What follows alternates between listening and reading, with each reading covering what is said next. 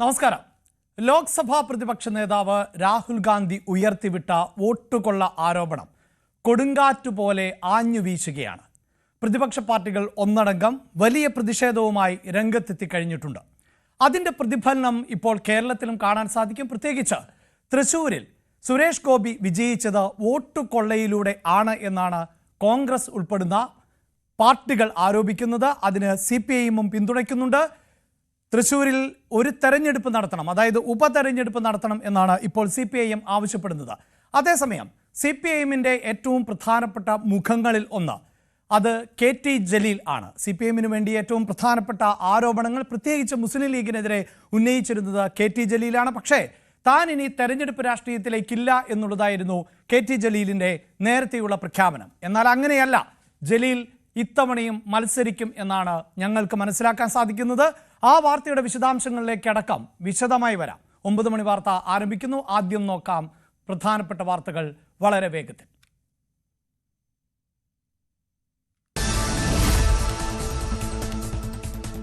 Voter പട്ടിക ക്രമക്കേട് വിവാദങ്ങൾക്കിടെ സുരേഷ് ഗോപി തൃശൂരിലേക്ക്. അല്പസമയത്തിനകം റെയിൽവേ സ്റ്റേഷനിൽ എത്തുന്ന സുരേഷ് ഗോപിക്ക് BJP പ്രവർത്തകർ സ്വീകരണമൊരുക്കും. CPIM ഓഫീസ് മാർച്ചിൽ പരിക്കേറ്റ പ്രവർത്തകരെ കാണും. കമ്മീഷണർ ഓഫീസിലേക്ക് ഇന്ന് BJP മാർച്ച്. K സുരേന്ദ്രനും ശോഭാ സുരേന്ദ്രനും പങ്കെടുക്കും. ഡിജിറ്റൽ സാങ്കേതിക സർവകലാശാല താൽക്കാലിക VC നിയമനത്തിൽ ഗവർണറുടെ ഹർജി ഇന്ന് സുപ്രീം കോടതിയിൽ. ഡോക്ടർ ശിവപ്രസാദിന്റെയും ഡോക്ടർ സിസ തോമസിന്റെയും നിയമനം റദ്ദാക്കണമെന്ന സർക്കാർ അപേക്ഷയും പരിഗണിക്കും. വിഭജന ഭീതി ദിനാചരണത്തിൽ നിലപാട് കടുപ്പിച്ച ചാൻസലർ. വിഭജന ഭീതി ദിനം ഓർമ്മിപ്പിച്ച് വീണ്ടും VCമാർക്ക് കത്തയച്ചു. ആക്ഷൻ ടേക്കൺ റിപ്പോർട്ടും നൽകാനും രാജ്ഭവന്റെ നിർദ്ദേശം. ഗവർണറുടെ സർക്കുലറിന് എതിരെ SFI ഇന്ന് ക്യാമ്പസുകളിൽ പ്രതിഷേധിക്കും. ഓഗസ്റ്റ് 14 കോളേജുകളിൽ വിഭജന ഭീതി ദിനം ആചരിക്കാനാണ് നിർദ്ദേശം. മലപ്പുറത്ത് യുവാവിനെ തട്ടിക്കൊണ്ടുപോയി. പാണ്ടിക്കാട് സ്വദേശി ഷമീറിനെയാണ് കാറിലെത്തിയ സംഘം തട്ടിക്കൊണ്ടുപോയത്. ഇതിന്റെ CCTV ദൃശ്യങ്ങൾ ന്യൂസ് 18 ലഭിച്ചു. ഇന്ത്യ അമേരിക്ക തീരുവ തർക്കങ്ങൾക്ക് പിന്നാലെ നരേന്ദ്രമോദി അമേരിക്കയിലേക്ക്. അടുത്ത മാസം അമേരിക്ക സന്ദർശിക്കും. UN പൊതുസഭയിൽ സംസാരിക്കാനെത്തുന്ന മോദി ട്രംപുമായി കൂടിക്കാഴ്ച നടത്തിയേക്കും. വ്യാപാര കരാർ ചർച്ചയാകാനും സാധ്യത. യുക്രൈൻ ഭൂമി റഷ്യയ്ക്ക് വിട്ടുകൊടുത്തുകൊണ്ടുള്ള സമാധാന ചർച്ചകൾക്ക് തയ്യാറല്ല എന്ന് പ്രസിഡന്റ് വ്ളാഡിമിർ സെലൻസ്കി. യുദ്ധം അവസാനിപ്പിക്കാൻ പുടിനുമായി ഭൂമി കൈമാറ്റം സംബന്ധിച്ച ചർച്ചകൾ നടത്തിയേക്കാമെന്ന് US പ്രസിഡന്റ് ഡൊണാൾഡ് ട്രംപിന്റെ നിർദ്ദേശത്തിന് പിന്നാലെയാണ് സെലൻസ്കിയുടെ പ്രതികരണം. ധർമ്മസ്ഥലയിൽ 13ാം പോയിന്റിൽ ഇന്നും SITയുടെ പരിശോധന. ഗ്രൗണ്ട് പെനട്രേറ്റിംഗ് റഡാർ സംവിധാനം ഉപയോഗിച്ചായിരിക്കും തെരച്ചിൽ. കേരളീയ വേഷത്തിലുള്ള പെൺകുട്ടിയെ ഉൾപ്പെടെ 8 പേരെ ഇവിടെ കുഴിച്ചിട്ടുണ്ട് എന്നാണ് സാക്ഷിയുടെ മൊഴി. ഇന്നലെ ഇതേ സ്ഥലത്ത് നടത്തിയ പരിശോധനയിൽ തെളിവുകളൊന്നും ലഭിച്ചിരുന്നില്ല. ബീഹാറിലെ വോട്ടർ പട്ടിക പരിഷ്കരണത്തിൽ സുപ്രീം കോടതിയിൽ ഇന്നും വാദം തുടരും. വോട്ടർമാരെ കൂട്ടത്തോടെ ഒഴിവാക്കുന്നുവെന്ന ഹർജിക്കാർ. വോട്ട് ക്രമക്കേടിൽ രാജ്യവ്യാപക പ്രക്ഷോഭം പ്രഖ്യാപിച്ച് കോൺഗ്രസ്. താരസംഘടനയിലെ തെരഞ്ഞെടുപ്പിന് ഇനി 2 ദിവസം മാത്രം. ആവേശകരമായ പ്രചാരണവുമായി താരങ്ങൾ. 31 വർഷത്തെ ചരിത്രത്തിൽ ഇത്രയും സ്ഥാനാർത്ഥികൾ ആദ്യം. സാമൂഹ്യ മാധ്യമ ഇടപെടൽ പോരെന്ന് CPIMൽ വിമർശനം. ME നികേഷ് കുമാറിന്റെ പ്രകടനത്തിൽ പാർട്ടിക്കുള്ളിൽ അതൃപ്തി. വിവാദങ്ങളിൽ പ്രതിരോധം തീർക്കാനാകുന്നില്ല. നികേഷ് കുമാറിന് പാർട്ടി നൽകുന്ന കൂടിയ അലവൻസിലും അതൃപ്തി. ജാതിമാറ്റ തട്ടിപ്പിൽ കർശന നടപടി സ്വീകരിക്കണമെന്ന് BJP നേതാവ് കുമ്മനം രാജശേഖരൻ. ലത്തീൻ സർട്ടിഫിക്കറ്റ് വാങ്ങി മറ്റുള്ളവർ സംവരണാനുകൂല്യം തട്ടിയെടുക്കുന്നത് അംഗീകരിക്കാനാകില്ല. ന്യൂസ് 18 വാർത്തയെ തുടർന്നാണ് കുമ്മനം രാജശേഖരന്റെ പ്രതികരണം. ഇന്ത്യ സിംഗപ്പൂർ 3ാം റൗണ്ട് മന്ത്രിതല വട്ടമേശ സമ്മേളനം ഇന്ന് ഡൽഹിയിൽ തുടങ്ങും. ഇരു രാജ്യങ്ങളും തമ്മിലുള്ള ഉഭയകക്ഷി ബന്ധം കൂടുതൽ ശക്തിപ്പെടുത്തുക ലക്ഷ്യം. സിംഗപ്പൂർ പ്രതിനിധി സംഘത്തെ ഉപപ്രധാനമന്ത്രിയും വ്യാപാര വ്യവസായ മന്ത്രിയുമായ ഗാൻ കിങ് യോങ് നയിക്കും. കേന്ദ്രമന്ത്രിമാരായ S ജയശങ്കർ, നിർമ്മല സീതാരാമൻ, പീയൂഷ് ഗോയൽ, അശ്വിനി വൈഷ്ണവ് എന്നിവർ ചർച്ചകളിൽ പങ്കെടുക്കും.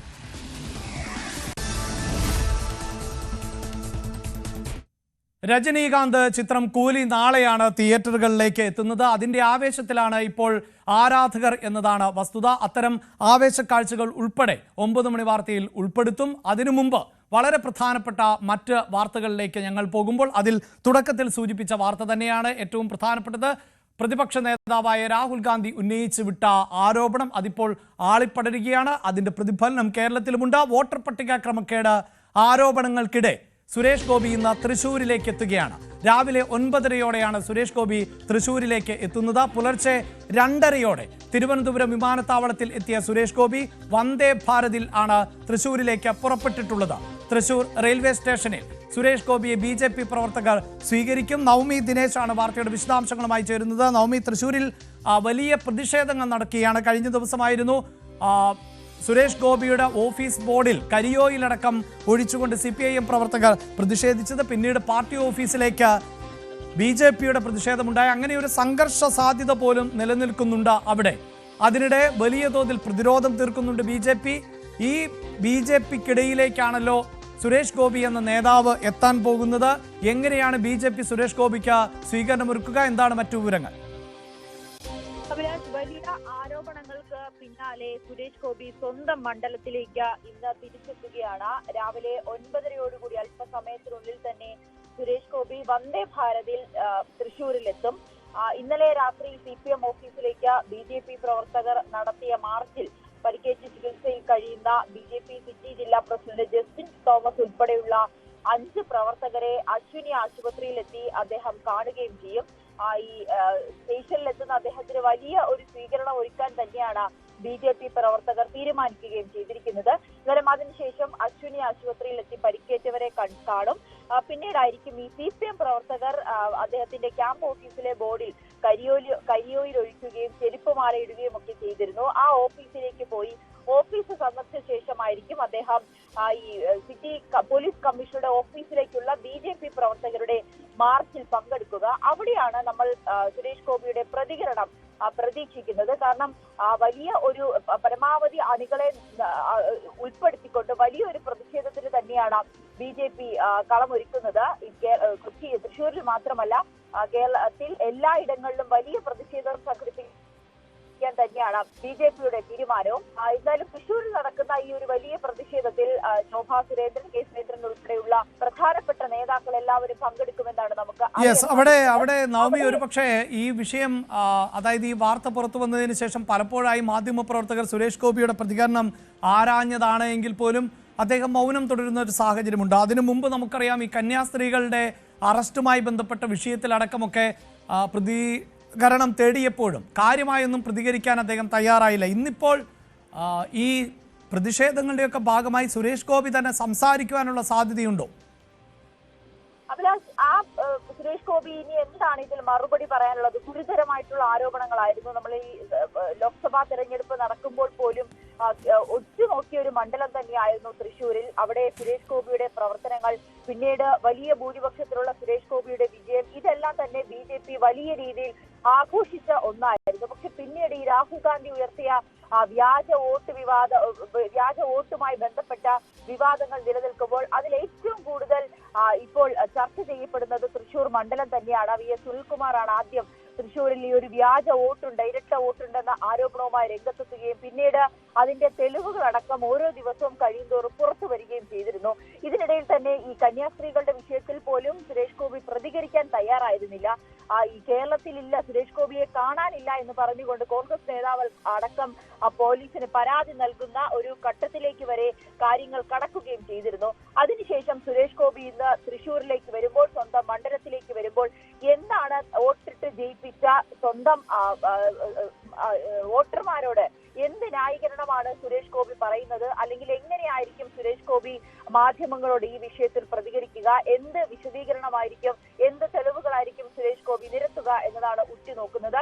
നമ്മൾ പ്രതീക്ഷിക്കുന്നതും ആ ഒരു പ്രതികരണം 11 മണിയോടുകൂടി കമ്മീഷൻ ഓഫീസിലേക്കുള്ള മാർച്ചിൽ നിന്ന് തന്നെ ലഭിക്കുമെന്നാണ്. അതിനു മുൻപ് അദ്ദേഹം പ്രതികരിക്കാനുള്ള സാധ്യത കുറവാണ്. കാരണം ഇന്നലെയും ഡൽഹിയിൽ വെച്ച് മാധ്യമ പ്രവർത്തകരോട് സംസാരിക്കാൻ അദ്ദേഹം തയ്യാറായില്ല. തുടരെയുള്ള ചോദ്യങ്ങളോട് ആ ആദ്യമായിട്ടായിരിക്കും സുരേഷ് ഗോപി മൗനം തുടർന്നത്. സാധാരണ മാധ്യമങ്ങളെ ആട്ടിപ്പായിക്കുന്ന ഒരു രീതിയായിരിക്കും സുരേഷ് ഗോപി നടത്തുന്നത്. പക്ഷെ ഇന്നലെ സുരേഷ് ഗോപിക്ക് മൗനം മാത്രമായിരുന്നു കടന്നു പോകുമ്പോൾ കാണാനുള്ളത്. സുരേഷ് ഗോപി മാധ്യമങ്ങൾക്ക് മുഖം കൊടുക്കാൻ പോലും തയ്യാറായില്ല.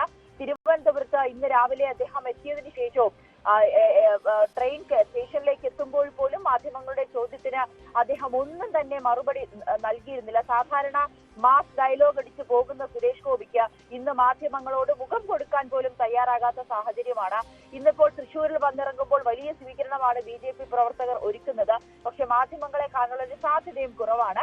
പകരം 11 മണിക്ക് കമ്മീഷണർ ഓഫീസിലേക്കുള്ള മാർച്ചിലായിരിക്കും സുരേഷ് ഗോപി ഈ വിവാദങ്ങളിലോടൊക്കെ പ്രതികരിക്കും. തീർച്ചയായും ചില വിഷയങ്ങളിലൊക്കെ മാസ് ഡയലോഗ് അടിക്കുന്ന സുരേഷ് ഗോപി കഴിഞ്ഞ 1-2 വിഷയങ്ങൾ, പ്രത്യേകിച്ച് കന്യാസ്ത്രീകളുടെ അറസ്റ്റുമായി ബന്ധപ്പെട്ട വിഷയം, ഇപ്പോൾ പ്രതിപക്ഷം ഉന്നയിക്കുന്ന വോട്ടുകൊള്ള പോലെയുള്ള വിഷയങ്ങളിൽ വലിയ പ്രതികരണത്തിനൊന്നും തയ്യാറായിട്ടില്ല. അത്തരം പ്രതികരണങ്ങൾ ഒരു പക്ഷേ ഇന്ന് ഉണ്ടായേക്കാം എന്ന സാധ്യതയാണ് നമുക്ക് മുന്നിൽ ഉള്ളത്. അതോടൊപ്പം ഈ BJPയെ സംബന്ധിച്ചിടത്തോളം സുരേഷ് ഗോപിയുടെ പ്രവർത്തനങ്ങളിൽ ചില അണികൾക്കും നേതാക്കൾക്കുമൊക്കെ അതൃപ്തിയുണ്ട് എങ്കിൽ പോലും ഇപ്പോഴത്തെ രാഷ്ട്രീയ സാഹചര്യത്തിൽ തൃശ്ശൂരിൽ അടക്കം വലിയ തോതിലുള്ള ഒരു ശക്തി പ്രകടിപ്പിക്കേണ്ട സാഹചര്യം കൂടിയാണ്. അതുകൊണ്ട് എല്ലാ നേതാക്കളും അതോടൊപ്പം തന്നെ പ്രവർത്തകരും അണികളുമൊക്കെ അവിടേക്ക് എത്തും എന്ന് തന്നെ വേണം നമുക്ക് അനുമാനിക്കാൻ. തീർച്ചയായും ഈ രാഷ്ട്രീയ വാർത്തയുമായി ചേർത്ത് വെക്കേണ്ട മറ്റു ചില വാർത്തകൾ കൂടിയുണ്ട്. പ്രത്യേകിച്ച് KT ജലീൽ ഇത്തവണ മത്സരിക്കും എന്നുള്ളതാണ് ആ വാർത്ത. ആ വാർത്തയിലേക്ക് വരും മുമ്പ് ന്യൂസ് 18 തുടർച്ചയായി നൽകിക്കൊണ്ടിരുന്ന വാർത്തയായിരുന്നു ധർമ്മസ്ഥലയിലെ പരിശോധന. അവിടെ 13ാം പോയിന്റിൽ ഇന്നും SITയുടെ പരിശോധന തുടരുന്നുണ്ട്. ഗ്രൗണ്ട് പെനട്രേറ്റിംഗ് റഡാർ സംവിധാനം ഉപയോഗിച്ചായിരിക്കും ഇന്നത്തെ തെരച്ചിൽ. കേരളീയ വേഷത്തിലുള്ള പെൺകുട്ടിയെ ഉൾപ്പെടെ 8 പേരെ ഇവിടെ കുഴിച്ചിട്ടു എന്നാണ് സാക്ഷിയുടെ മൊഴി. ഇന്നലെ ഇതേ സ്ഥലത്ത് നടത്തിയ പരിശോധനയിൽ തെളിവുകൾ ഒന്നും തന്നെ ലഭിച്ചിരുന്നില്ല. ആദ്യമായാണ് SIT ഒരേ സ്ഥലം കേന്ദ്രീകരിച്ച തുടർച്ചയായ ദിവസങ്ങളിൽ പരിശോധന നടത്തുന്നത് എന്ന പ്രത്യേകതയുമുണ്ട്. KV ബൈജു ആണ് വിശദാംശങ്ങളുമായി ചേരുന്നത്. ബൈജു, തീർച്ചയായും ഈ ശുചീകരണ തൊഴിലാളിയുടെ പ്രതികരണവും നിലപാടുമൊക്കെ അനുസരിച്ചായിരിക്കുമല്ലോ പരിശോധന പുരോഗമിക്കുന്നത്. അപ്പോൾ ഇന്നലെ കാര്യമായി ഈ പ്രദേശത്ത് നിന്നൊന്നും കണ്ടെത്തിയില്ല എന്ന് പറയുമ്പോഴും ശുചീകരണ തൊഴിലാളി തൻ്റെ വാദത്തിൽ ഉറച്ചു നിൽക്കുകയായിരിക്കുമല്ലേ? അതുകൊണ്ട് തന്നെ ആയിരിക്കുമോ ഈ പ്രദേശത്ത് വീണ്ടും പരിശോധന നടത്തുന്നത്?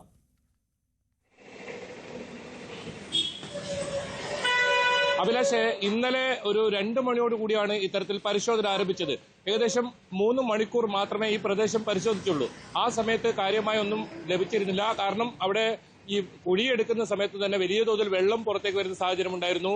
ആ മോട്ടോർ പമ്പ് ഉപയോഗിച്ച് വെള്ളം മാറ്റി അത്തരത്തിലായിരുന്നു ഇന്നലെ പരിശോധന. അതുകൊണ്ട് ഇന്ന് ഒരു ദിവസം കൂടി അതേ സ്ഥലം കേന്ദ്രീകരിച്ച് പരിശോധന നടത്താനാണ് ഇപ്പോൾ തീരുമാനിച്ചിട്ടുള്ളത്. അതായത് ഇവിടെ 8-ലധികം ആളുകളെ ഒടിച്ചിട്ടു എന്നാണ് മൊഴി. അതുകൊണ്ട് തന്നെ വിശദമായൊരു പരിശോധന നടത്തും. ഇതിൽ മറ്റൊരു പ്രധാനപ്പെട്ട കാര്യമുള്ളത്, ഈ SIT അന്വേഷണം ജൂലൈ 19-നാണ് ആരംഭിക്കുന്നത്. 14-ാം ദിവസം ആകുന്നു ഇന്നത്തെ ഈ അന്വേഷണ ദിവസം. അപ്പോൾ SITയെ സംബന്ധിച്ചിടത്തോളം 13 പോയിന്റ് മാർക്ക് ചെയ്തു. അതെല്ലാം പൂർത്തിയാകുന്നു എന്നാണ്. അങ്ങനെയാണെങ്കിൽ SITയുടെ ആദ്യഘട്ട അന്വേഷണം അതിന്റെ പരിസമാപ്തിയിലേക്ക് എത്തുന്നു എന്ന് വേണം പറയാൻ. നിലവിൽ ഇതുവരെ ശേഖരിച്ച തെളിവുകളും അതുപോലെ തന്നെ മറ്റ് മൊഴികളുമൊക്കെ കോടതിയിൽ ഒരു പ്രാഥമിക റിപ്പോർട്ട് സമർപ്പിക്കാൻ ഒരുങ്ങുകയാണ് SIT. ഒരു പക്ഷേ ഈ 13ാം പോയിന്റിലെ പരിശോധനയോടുകൂടി അത്തരം ഘട്ടങ്ങളിലേക്ക്, അത്തരം നടപടികളിലേക്ക് SIT കടക്കുമെന്നാണ് നമുക്ക് ലഭിക്കുന്ന വിവരം. ഇന്നലെ ഈ അന്വേഷണ സംഘത്തലവൻ പ്രണബ് മൊഹന്തി ഇന്നലെ ഇവിടെ എത്തിയിരുന്നു. നേരിട്ടെത്തി ഉദ്യോഗസ്ഥരുമായി സംസാരിച്ചിരുന്നു. ഇനി തുടർ പരിപാടികൾ ഏത് രീതിയിലാണ് ഇനി മുന്നോട്ട് കൊണ്ടുപോകുന്നത് സംബന്ധിച്ച തീരുമാനം ആലോചനാ യോഗമുണ്ടായിരുന്നു. ഏതായാലും ഇന്നത്തെ പരിശോധന SITയെ സംബന്ധിച്ചിടത്തോളം വളരെ നിർണായകമാണ്. ഇന്ന് ലഭിക്കുന്ന തെളിവുകൾ അനുസരിച്ചായിരിക്കും ഈ അന്വേഷണത്തിന്റെ മറ്റ് കാര്യങ്ങളിൽ ഒരു തീരുമാനമുണ്ടാവുക. ഏതായാലും റഡാർ ഉപയോഗിച്ചുള്ള പരിശോധന ഇന്നും 13ാം പോയിന്റിൽ തുടരുന്നു. 13ാം പോയിന്റിനെ സംബന്ധിച്ചിടത്തോളം ഈ ശുചീകരണ തൊഴിലാളി ചൂണ്ടിക്കാട്ടിയത് ഏറ്റവും കൂടുതൽ പ്രത്യേകതയുള്ളതാണ്. കാരണം നേരത്തെ അഭിലാഷ് സൂചിപ്പിച്ചതുപോലെ തന്നെ കേരളീയ വേഷത്തിൽ ഉള്ള ഒരു പെൺകുട്ടിയെ ഉൾപ്പെടെ 8 പേരെയാണ് ഇവിടെ സംസ്കരിച്ചു എന്ന് പറയുന്നത്.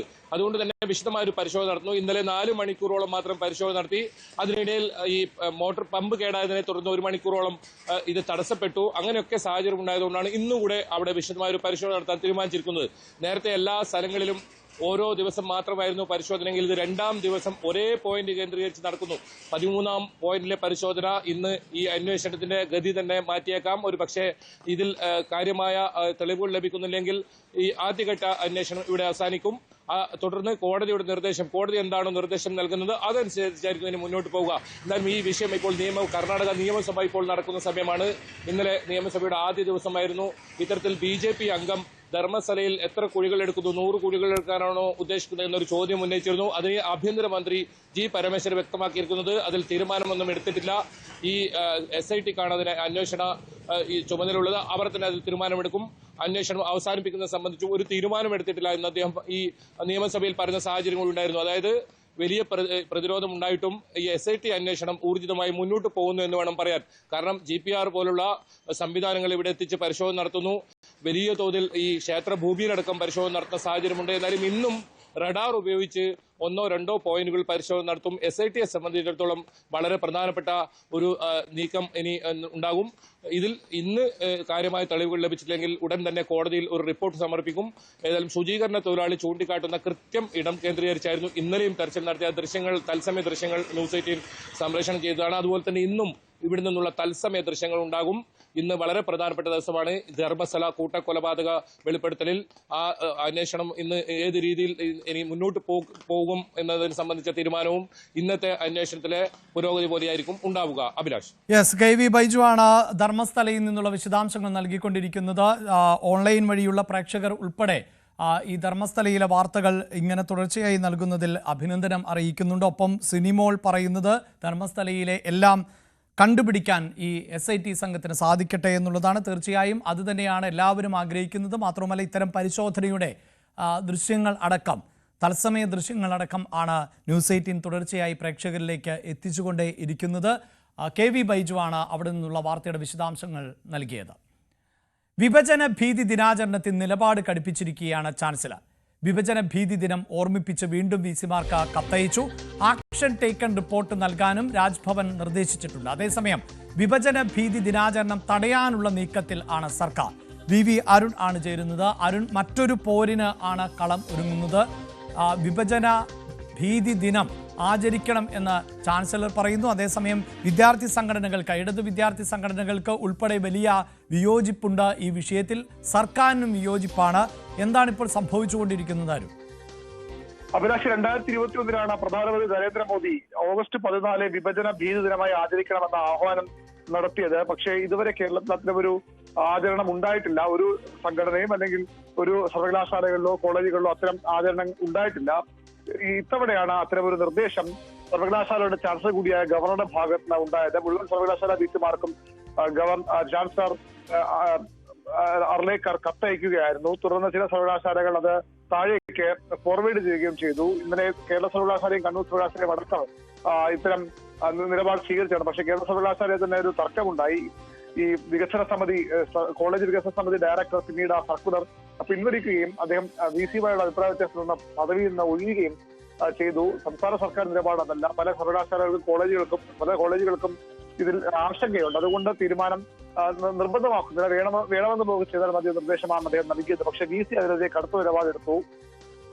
എല്ലാ സർവകലാശാലകളും ചെയ്യണം, ഡയറക്ടറുടെ നിർദ്ദേശം തന്റെ അറിവോടുകൂടി എല്ലാ നിലപാട് VC മോഹൻ കുന്നുമൽ സ്വീകരിച്ചു. തൊട്ട് പിന്നാലെയാണ് എല്ലാ സർവകലാശാലയ്ക്കും ഈ ദിനം ഓർമ്മപ്പെടുത്തിക്കൊണ്ട് ചാൻസലർ കൂടിയായ ഗവർണർ വീണ്ടും കത്ത് നൽകിയത്. എന്താണ് ഈ നിർദ്ദേശത്തിൽ ഇതുവരെ ചെയ്ത നടപടികൾ എന്നതിന്റെ ആക്ഷൻ ടേക്കൺ റിപ്പോർട്ട് കൂടി നൽകാനാണ് ചാൻസലറുടെ നിർദ്ദേശം. സർവകലാശാലകളെ പ്രതിസന്ധിയിലാക്കുമെന്ന് ഉറപ്പാണ്. പലർക്കും ഇതിനോട് യോജിപ്പില്ല. പക്ഷേ ചാൻസലർ ഇങ്ങനെ നിർബന്ധിച്ച് തീരുമാനം ആവർത്തിച്ച് ആവശ്യപ്പെടുമ്പോൾ അവർക്ക് ചെയ്യേണ്ടി വരുമോ എന്ന ആശങ്ക പൊതുവിൽ സർവകലാശാലകൾക്കുണ്ട്. സർക്കാർ നേരത്തെ നിലപാട് വ്യക്തമാക്കിയത് മുഖ്യമന്ത്രി തന്നെ ഇത് സമാനതകളില്ലാത്ത തീരുമാനമാണ്, അല്ലെങ്കിൽ മുമ്പുണ്ടായിട്ടില്ലാത്ത തീരുമാനമാണ്, ഇതിൽ നിന്ന് പിന്മാറണമെന്ന ആവശ്യം നേരത്തെ മുഖ്യമന്ത്രി മുന്നോട്ട് വച്ചിരുന്നു. പ്രതിപക്ഷത്തും സമാന നിലപാടാണ്. ഇടത് വലുത് സംഘടനകളും പാർട്ടികളും ഒക്കെ ഒരേ നിലപാടെടുക്കുമ്പോൾ എന്നാൽ ഗവർണറും അതുപോലെ തന്നെ BJP നേതൃത്വവും ഇതിൽ നിന്ന് പിന്മാറാൻ ഒരുക്കമല്ല. ഒരു പുതിയ പ്രതിസന്ധിയും അഭിലാഷ് സൂചിപ്പിച്ച പോലെ സർവകലാശാലകളിലെ തർക്കങ്ങൾക്ക് ഒരു പുതിയ മുഖവും നൽകുകയാണ് ഈ വിഭജന ഭീതി ദിന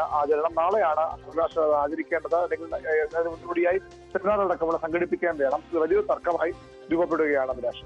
യെസ്, നേരത്തെ ആരിഫ് മുഹമ്മദ് ഖാൻ കേരളത്തിന്റെ ഗവർണറായി ചുമതലയേറ്റെടുത്തതിന് ശേഷം ആരംഭിച്ചതാണ് സർക്കാരും ഒപ്പം തന്നെ ഗവർണറും തമ്മിലുള്ള പോര്. പ്രത്യേകിച്ച് ഉന്നത വിദ്യാഭ്യാസ മേഖലയിൽ രാജേന്ദ്ര അലേർക്കർ ചുമതലയേൽക്കുമ്പോൾ അതിന് അയവുണ്ടാകും എന്നാണ് പ്രതീക്ഷിച്ചത്. എങ്കിൽ അങ്ങനെയല്ല ഇപ്പോൾ സാഹചര്യം എന്നാണ് മനസ്സിലാക്കേണ്ടത്.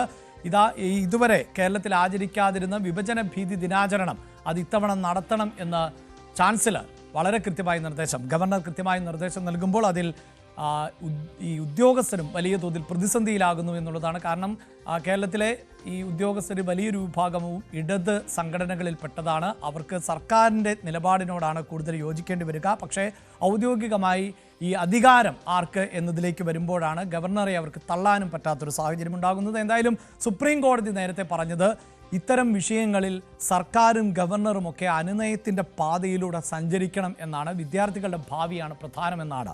പക്ഷേ അങ്ങനെയല്ല ഇപ്പോൾ സാഹചര്യം എന്ന് തന്നെയാണ് നമുക്ക് മനസ്സിലാക്കേണ്ടത്. ഈ വാർത്തയിലേക്ക് കൂടുതൽ വിശദാംശങ്ങളിലേക്കൊക്കെ വരും ബുള്ളറ്റിനുകളിൽ വരാം. ഇനി നമ്മൾ ഇതിൻ്റെ തുടർച്ചയെന്ന നിലയിൽ പറയേണ്ടതായിട്ടുള്ളത് വിഭജന ഭീതി ദിനം ആചരിക്കാനുള്ള ഗവർണറുടെ സർക്കുലറിനെതിരെ SFI ഇന്ന് ക്യാമ്പസുകളിൽ പ്രതിഷേധിക്കും എന്നുള്ളതാണ്. ഗവർണറുടെയും അതോടൊപ്പം തന്നെ കണ്ണൂർ, കേരള സർവകലാശാലകളിലെ VC-മാരുടെയും കോലം കത്തിച്ചുകൊണ്ടായിരിക്കും പ്രതിഷേധം എന്നാണ് അറിയാൻ സാധിക്കുന്നത്.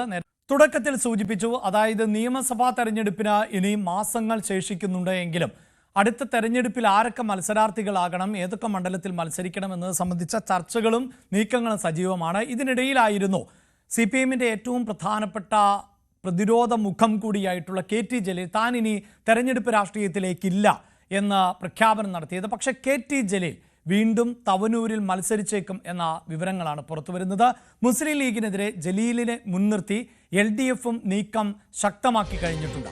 മന്ത്രി V അബ്ദുറഹ്മാനെ തവനൂരിലേക്ക് കൊണ്ടുവരാൻ നീക്കം നടക്കുന്നുണ്ടെങ്കിലും അബ്ദുറഹ്മാൻ അനുകൂലമായല്ല പ്രതികരിക്കുന്നത്. തവനൂരിൽ സ്വതന്ത്ര സ്ഥാനാർത്ഥിക്കാണ് വിജയസാധ്യത എന്നതാണ് പശ്ചാത്തലം. KT ജലീൽ തന്നെയായിരിക്കും തവനൂരിൽ മത്സരിക്കുകയും അവിടെ ജയിക്കാൻ സാധ്യതയും എന്നുള്ളതാണ് വിലയിരുത്തൽ. അതുകൊണ്ട് നാലാമതും തവനൂരിൽ ജലീൽ മത്സരിക്കുവാനുള്ള സാധ്യതയാണ് ഇപ്പോൾ ഏറി വരുന്നത്. രാഷ്ട്രീയ വിഷയങ്ങളിൽ ഇടപെട്ടുകൊണ്ട് KT ജലീൽ ഇപ്പോൾ സജീവമായി രംഗത്ത് ഉണ്ടുതാനും. കഴിഞ്ഞ സർക്കാരിൻ്റെ കാലഘട്ടത്തിലടക്കം സ്വർണ്ണക്കടത്ത് പോലെയുള്ള ഗൗരവമേറിയ വിവാദങ്ങൾ, വിമർശനങ്ങൾ ഉയർന്നു വന്നപ്പോൾ അതിൽ CPM-നെ ഏറ്റവും നന്നായി പ്രതിരോധം തീർത്തത്, CPM-ന് വേണ്ടി പ്രതിരോധം തീർത്ത ആൾ കൂടിയാണ് KT ജലീൽ. മാത്രവുമല്ല ഒരു ന്യൂനപക്ഷ മുഖം കൂടി ആയ KT ജലീൽ അവിടെ മുസ്ലിം വോട്ടുകളെ ചേർത്ത് നിർത്തുന്നതിലടക്കം നിർണായകമാകും എന്നുള്ള ഒരു പൊതു വിലയിരുത്തലുണ്ട്. അതിനിടയിലായിരുന്നു തെരഞ്ഞെടുപ്പ് രാഷ്ട്രീയത്തിൽ നിന്ന് താൻ മാറി നിൽക്കുന്നു എന്ന പ്രഖ്യാപനം ഉണ്ടായത്. ഇപ്പോഴിതാ CV അനുമോദാണ് വാർത്തയുടെ വിശദാംശങ്ങളുമായി ചേരുന്നത്. അനുമോദ്, പ്രത്യേകമായ രാഷ്ട്രീയ സാഹചര്യമാണ് ഉള്ളത്. യെസ്, വളരെ പ്രധാനപ്പെട്ട വാർത്തയാണിത്. ഇതിന്റെ വിശദാംശങ്ങളിലേക്ക് വരുന്നതിന് മുമ്പ് BJP സംസ്ഥാന അധ്യക്ഷൻ രാജീവ് ചന്ദ്രശേഖരൻ മാധ്യമങ്ങളെ എന്നാണ് എന്റെ ഒരു അഭ്യർത്ഥന. നോക്കൂ, ഇലക്ഷൻ സമയത്ത് ഇലക്ഷന്റെ മുമ്പിലും വോട്ടർ ലിസ്റ്റ് സ്ക്രൂട്ടിനൈസ് ചെയ്യാനും അത് കഴിഞ്ഞിട്ട് ഫോം 17C അപ്രൂവ് ചെയ്യാനും ഒരു രീതിയുണ്ട് നമ്മുടെ ഇലക്ഷൻ, നമ്മുടെ ജനാധിപത്യ സംവിധാനത്തിലും ഇലക്ഷൻ ഡെമോക്രസിയിലും. ഇതിനെക്കുറിച്ച് ഇൻവെസ്റ്റിഗേഷൻ ചെയ്യാൻ ഇലക്ഷൻ പെറ്റീഷൻ മാർഗമുണ്ട്, കോർട്ടുണ്ട്, ഇലക്ഷൻ കമ്മീഷൻ ഉണ്ട്. അപ്പോൾ ഇങ്ങനെ എന്തെങ്കിലും ആരെങ്കിലും കണ്ടിട്ടുണ്ടെങ്കിൽ ജനങ്ങളെ വിഡ്ഢിയാക്കാൻ ശ്രമിക്കരുത്. അവർ പോയി ഇലക്ഷൻ കമ്മീഷനിൽ പരാതി കൊടുക്കുക, അല്ലെങ്കിൽ കോർട്ടിൽ പരാതി കൊടുക്കുക. അതല്ല ചെയ്യേണ്ടത്.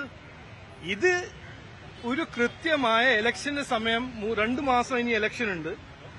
അതിന് മുമ്പ് 1.5 കൊല്ലം കഴിഞ്ഞു ഇലക്ഷൻ കഴിഞ്ഞിട്ട് സുരേഷ് ഗോപിജിന്റെ 70,000 വോട്ട് കൊണ്ട് ജയിച്ച സുരേഷ് ഗോപിജിന്റെ ഇലക്ഷൻ ഇന്ന് എങ്ങനെയാണ് ഒരു വിവാദം? അപ്പോ ഈ ജനങ്ങളെ വിഡ്ഢിയാക്കുന്ന ഒരു ശ്രമം, ഞാനിത് 1.5 മാസം മുമ്പേ പറഞ്ഞതാണ്. ഈ ഇലക്ഷൻ അടുത്ത് വരുമ്പോൾ ഓരോരോ ഇങ്ങനെ നാടകം അത് രാഹുൽ ഗാന്ധിയും ചെയ്യും, നമ്മുടെ ബഹുമാനപ്പെട്ട മുഖ്യമന്ത്രിയും ചെയ്യും. അതാണ് ഇന്ന് നടക്കുന്നത്. അങ്ങനെ എന്തെങ്കിലും ഒരു ജെന്യുവിൻ ഗ്രീവൻസ് ഉണ്ടെങ്കിൽ അവർ ഇതിനു വേണ്ടി കോൺസ്റ്റിറ്റ്യൂഷൻ, ഭരണഘടനയിലെ ഇൻസ്റ്റിറ്റ്യൂഷൻസ് ഉണ്ടല്ലോ, കോർട്ടുണ്ട്, ഇലക്ഷൻ കമ്മീഷൻ ഉണ്ട്, അവിടെ പോയിട്ട് പരാതി കൊടുക്കട്ടെ. അവർക്കും ഉണ്ടല്ലോ ലോയേഴ്സ്മാരെല്ലാം, അവർ പോയിട്ട് അവിടെ ചെയ്യട്ടെ. അതൊന്നും ചെയ്യില്ല. ജനങ്ങളെ ഇങ്ങനെ പ്രൊവോക്ക് ചെയ്യുക, നുണ പറഞ്ഞിങ്ങനെ നടക്കുക, ജനങ്ങളെ വെഡ്ഡിയാക്കാൻ ശ്രമിക്കുക, ജനങ്ങളുടെ ശ്രദ്ധ തിരിക്കാൻ അവരൊരു ശ്രമം. ഒരു കാര്യം, അതായത് സുരേഷ് ഗോപിയുടെ ഡ്രൈവർ ജയകുമാർ, അദ്ദേഹത്തിന് ശാസ്തമംഗലത്താണ് സാധാരണ വോട്ട്. നിയമസഭാ തെരഞ്ഞെടുപ്പിലും അടുത്ത പഞ്ചായത്ത് തെരഞ്ഞെടുപ്പിലും അവിടെയാണ് വോട്ട്. പക്ഷേ ഈ പാർലമെന്റ് തെരഞ്ഞെടുപ്പിൽ മാത്രം ഒരു വോട്ട് തൃശ്ശൂരിൽ വന്നു. അത് ചേർക്കുന്നതിൽ തെറ്റില്ല, നിയമപരമായി ശരിയാണ്. പക്ഷേ ഒരു വീട്ടിൽ വോട്ട് ചേർക്കുമ്പോൾ ആ വീട്ടുടമസ്ഥ പോലും ഇങ്ങനെ ഒരു വോട്ടർ ഈ വീട്ടിലുണ്ട് എന്ന കാര്യം അറിയുന്നില്ല. അത് ഏത് രീതിയിലാണ് ഉണ്ടായത്? അല്ല, ഞാൻ പറയട്ടെ, ഞാനൊരു കാര്യം പറയട്ടെ. ഞാൻ എന്റെ തിരുവനന്തപുരം ലോക്സഭാ ഇലക്ഷന്റെ സമയത്ത് ഇലക്ഷന് മുമ്പ് ഇലക്ഷൻ കമ്മീഷൻ വോട്ടർ ലിസ്റ്റ് പുറത്തുവെച്ച് സ്ക്രൂട്ടിനിക്ക് തന്നപ്പോൾ 65,000 വോട്ട് ഞങ്ങൾ പോയിന്റ് ഔട്ട് ചെയ്തിട്ട് ഡിലീറ്റ് ചെയ്യിപ്പിച്ചില്ലേ? അത് പാർട്ടി ചെയ്യേണ്ട കാര്യങ്ങളല്ലേ? അത് അവരുടെ അവകാശമാണ്, അവരുടെ ഒരു കടമയാണ്. ഞാൻ ഇതിന്റെ മെറിറ്റിൽ പോകുന്നില്ല. ഇങ്ങനെ എന്തെങ്കിലും ഒരു ഇഷ്യൂ ഉണ്ടെങ്കിൽ നമ്മുടെ സംവിധാനത്തിൽ, നമ്മുടെ ഒരു സെറ്റപ്പിൽ ആരാണ് ഇൻസ്റ്റിറ്റ്യൂഷൻ ഇത് നോക്കേണ്ടത്? അത് കോർട്ടും ഉണ്ട്, ഇലക്ഷൻ കമ്മീഷൻ ഉണ്ട്. അവിടെ പോയി പരാതി കൊടുക്കുക. ഇതെന്തിനാണ് മീഡിയന് മുമ്പിൽ വന്ന് ഓരോരോ മെറിറ്റിലേക്ക് പോകാൻ താങ്കൾക്ക് കഴിയാത്തത്? അല്ല, ഞാനല്ലല്ലോ പോണ്ടത്. താങ്കളുടെ പാർട്ടിക്കെതിരെ ഒരു കൃത്യമായ നോക്കൂ, നമ്മൾ തമ്മിലൊരു ആരോപണം ഉയരുമ്പോ അതിന്റെ മെറിറ്റിലേക്ക് പോകുന്നില്ല എന്ന് പറഞ്ഞുകൊണ്ട് പൊളിറ്റിക്കൽ ആയിട്ടുള്ള ഒരു സ്റ്റേറ്റ്മെന്റ് നടത്തുന്ന എന്താ അർത്ഥമുള്ളത്? അല്ല, ഇത് പൊളിറ്റിക്കൽ സ്റ്റേറ്റ്മെന്റ് അല്ല. ഞാൻ പറഞ്ഞത് കൃത്യമായ സത്യമാണ് പറഞ്ഞത്. ഇതിൽ പോളിറ്റിക്സ് ചെയ്യുന്നതും രാഷ്ട്രീയം ചെയ്യുന്നതും ഈ ആരോപണം മുമ്പോട്ട് വെക്കുന്നത് ഇന്ത്യ അലയൻസിന്റെ പാർട്ടികളല്ലേ? നോക്കൂ, ആരോപണത്തിന്റെ ഈ രാഷ്ട്രീയം നമ്മളിപ്പോ ആദ്യത്തെ തവണയാ കാണുന്നത്, കേൾക്കുന്നത്. നോക്കൂ, ആരോപണമല്ല, ആരും മാധ്യമങ്ങൾ ഉന്നയിച്ച ആരോപണമല്ല, മാധ്യമങ്ങൾ ഇത് പുറത്തു കൊണ്ടുവന്ന ആരോപണമല്ല, വസ്തുതയാണ്. അപ്പൊ ആ വസ്തുത എങ്ങനെ കാണാതിരിക്കും? പ്രസിഡന്റ് പറയുന്നത് മെറിറ്റിലേക്ക് പോകുന്നില്ലെന്ന് പറഞ്ഞാൽ അങ്ങനെ ചെയ്തിട്ടുണ്ട്. നോക്കൂ, ഞാൻ കൃത്യമായിട്ട് ഇന്ന് പറയുന്നു, ദയവായി നിങ്ങൾ കൺക്ലൂഡ് ചെയ്യരുത് ഒന്നും. ആരോ എന്തോ മുമ്പിൽ വെച്ചിട്ടുണ്ട്, അതിനെ സ്ക്രൂട്ടിനൈസ് ചെയ്യാനും അതിനെ കുറിച്ച് ഡിസൈഡും ഡിസ്കസ് ചെയ്യാൻ നമ്മുടെ സെറ്റപ്പിൽ, നമ്മുടെ ഒരു കോൺസ്റ്റിറ്റ്യൂഷണൽ സെറ്റപ്പിൽ ഒരു ഇലക്ഷൻ കമ്മീഷൻ ഉണ്ട്, ഒരു കോർട്ടുണ്ട്. അവിടെ പോയി പരാതി കൊടുക്കട്ടെ. എന്താ കൊടുക്കാത്തത്? എന്താണ് അവർ, എന്തിനാണ് ഈ പബ്ലിക് ഒപ്പീനിയനിൽ പുറത്തു വന്നോ പകുതി നുണയും പകുതി സത്യവും മിക്സ് ചെയ്തിട്ട് ഒരു പ്രൊപ്പഗൻഡ ചെയ്യുന്നത്? അല്ല, ഞാൻ നോക്കൂ, എന്റെ മനസ്സിലുള്ളത് ഞാൻ പറയും. ഞാൻ ഇതാണ് പറയുന്നത്, ഇതിന്റെ മെറിറ്റിൽ എനിക്ക് അതിനെ സ്ക്രൂട്ടിനൈസ് ചെയ്യാനും കഴിവില്ല. ഇതിന് കഴിവ് ഇലക്ഷൻ കമ്മീഷൻ കോർട്ടിലാണ്. അവര് ചെയ്യുക, അവരെ പോയി പരാതി കൊടുക്കുക. നിങ്ങളെല്ലാലും അത് ചെയ്യേണ്ടത്. ഒരു രാഷ്ട്രീയ പാർട്ടി നേതാവെന്ന നിലയിൽ താങ്കളോട് ചോദിക്കട്ടെ, പറയും. ഒരു മണ്ഡലത്തിൽ 6 മാസം സ്ഥിരതാമസമാക്കിയവർക്കാണ് അവിടെ വോട്ട്. അവിടെ സ്ഥിരതാമസമല്ലാത്ത ഒരാൾ മറ്റൊരു മണ്ഡലത്തിൽ താമസിക്കുന്നയാൾ തെരഞ്ഞെടുപ്പിൽ തൊട്ട് മുമ്പ് പോയി അവിടെ മറ്റൊരു മണ്ഡലത്തിൽ പോയി വോട്ട് ചേർക്കുന്നു. അതിൽ തന്നെ ഒരു ഫ്ളാറ്റിൽ, ആ ഫ്ളാറ്റിന്റെ ഉടമ പോലും അറിയാതെ 9 വോട്ടുകൾ ചേർക്കപ്പെടുന്നു. ഇത് ഒറ്റ നോട്ടത്തിൽ, താങ്കൾ ഒട്ടേറെ കാലത്ത് അതല്ലേ ഇഷ്യൂ. ഒറ്റ നോട്ടത്തിൽ അതിലൊരു ക്രമവിരുദ്ധത താങ്കൾക്ക് കാണാൻ കഴിയുന്നു? എനിക്ക് ഇങ്ങനെ ഒരു ക്രമവിരുദ്ധം ഒന്നും കാണുന്നില്ല. കാരണം ഇതിനു വേണ്ടി നമ്മുടെ, ഞാൻ പറഞ്ഞ പോലെ നമ്മുടെ ഇൻസ്റ്റിറ്റ്യൂഷനിൽ ഒരു ചുമതല കൊടുത്തൊരു ഇൻസ്റ്റിറ്റ്യൂഷൻ ഉണ്ട്, 2 ഇൻസ്റ്റിറ്റ്യൂഷൻ ഉണ്ട്. അവരാണ് സ്ക്രൂട്ടിനൈസ് ചെയ്യുന്നത്. നോക്കൂ, ആരോപണമാണ് വരുന്നത്. അവർ ബിജെപിക്ക് വേണ്ടി ഇതിനൊക്കെ കൂട്ടുനിൽക്കുന്നു. കാരണം ഇപ്പോൾ രാഹുൽ അതൊരു ആരോപണമല്ല, അത് അദ്ദേഹം സത്യവാങ്മൂലം തരട്ടെ എന്നുള്ള ഒരു സ്റ്റേറ്റ്മെന്റ് ആണ് കമ്മീഷൻ. രാഹുൽ ഗാന്ധി ആരോപണങ്ങൾ 2014 മുതൽ ഇന്ന് വരെ എത്രയോ ആരോപണം മുമ്പോട്ട് വെച്ചിട്ടില്ലേ? എല്ലാം പൊളിഞ്ഞില്ലേ?